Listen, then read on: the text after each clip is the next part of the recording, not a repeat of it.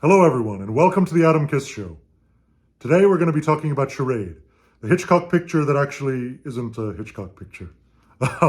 Because it was directed by another one of my favorite directors, Stanley Donen, it's frequently mistaken as a Hitchcock picture because it's very much like a Hitchcock film. It's definitely in that style, and in particular because it stars Cary Grant. Hitchcock worked with Cary Grant 4 times, and this was after their last collaboration. But it's a great film. I can't wait to get into it. And let's get right to it. But before we do, if you haven't already, subscribe to the channel, give us a like and a share, and comment below what other videos you'd like me to do, what other movies you'd like me to talk about, what other topics you'd like me to discuss, etc., etc., etc. All right, let's get into Charade.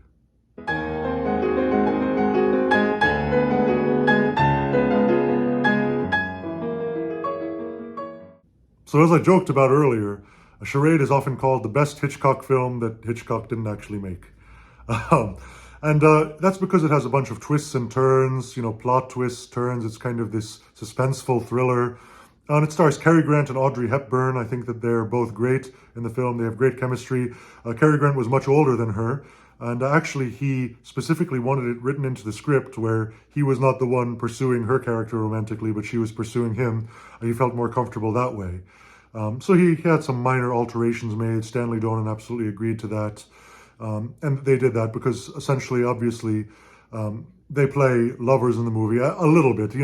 Obviously, there's a lot of twists and turns, but at certain points, it seems like, they're lovers. At certain points, it seems like they're enemies. It's certainly one of those movies. Cary Grant is a man who plays many different identities in the movie. Audrey Hepburn is not sure if she can trust him because she keeps finding out that he's been lying about who he is. So essentially, that's the story of the movie. There's a really clever plot twist at the end. I believe it was written by Peter Stone. And Cary Grant, I believe, originally turned it down, but then he ended up doing it, which thankfully he did. It really ended up being a great movie. It has a great score by Henry Mancini. It also has a pretty stellar supporting cast. I mean, the supporting cast is Walter Matthau, George Kennedy, and James Coburn. All of whom, coincidentally, as far as my memory recollects, they all won a Best Supporting Actor Oscar at the Oscars during one year. Not for this particular film. That would have been interesting if they were all nominated. But no, they all won for different things. Walter Matthau in particular gives a great performance. In this movie, nobody is who they seem to be.